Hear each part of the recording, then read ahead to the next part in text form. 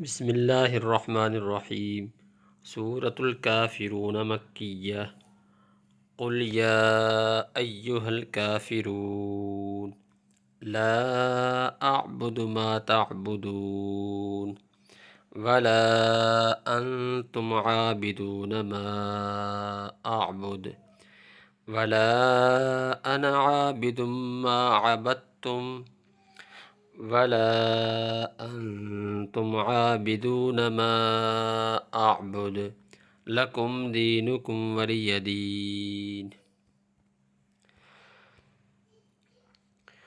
قل یا ایہا الکافرون لا اعبد ما تعبدون ولا انتم عابدون ما اعبد ولا انا عابد ما عبدتم ولا انتم عابدون ما اعبد لکم دینکم ولی دین۔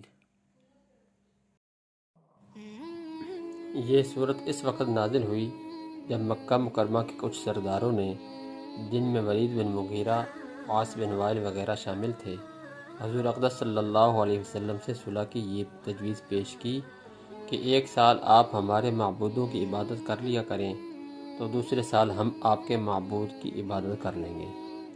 کچھ اور لوگوں نے اسی قسم کی کچھ اور تجویز بھی پیش کیں، جن کا خلاصہ یہی تھا کہ حضرت صلی اللہ علیہ وسلم کسی نہ کسی طرح ان کافروں کے طریقے پر عبادت کے لیے آمادہ ہو جائیں تو آپس میں صلح ہو سکتی ہے۔ اس صورت نے 2 ٹوک الفاظ میں واضح فرما دیا کہ کفر اور ایمان کے درمیان اس قسم کی کوئی مصالحت قابل قبول نہیں جس سے حق اور باطل کا امتیاز ختم ہو جائے اور دین برحق میں کفر کی ملاوٹ کر دی جائے۔ ہاں، اگر تم حق قبول نہیں کرتے تو تم اپنے دین پر عمل کرو جس کے نتائج تم خود بھگتو گے، اور میں اپنے دین پر عمل کروں گا اور اس کے نتائج کا میں ذمہ دار ہوں۔ اس سے معلوم ہوا کہ غیر مسلموں سے کوئی ایسی مصالحت جائز نہیں جس میں ان کے دین کے شاعر کو اختیار کرنا پڑے، البتہ اپنے دین پر قائم رہتے ہوئے امن کا معاہدہ ہو سکتا ہے، جیسا کہ قرآن کریم نے سورہ انفال میں فرمایا ہے۔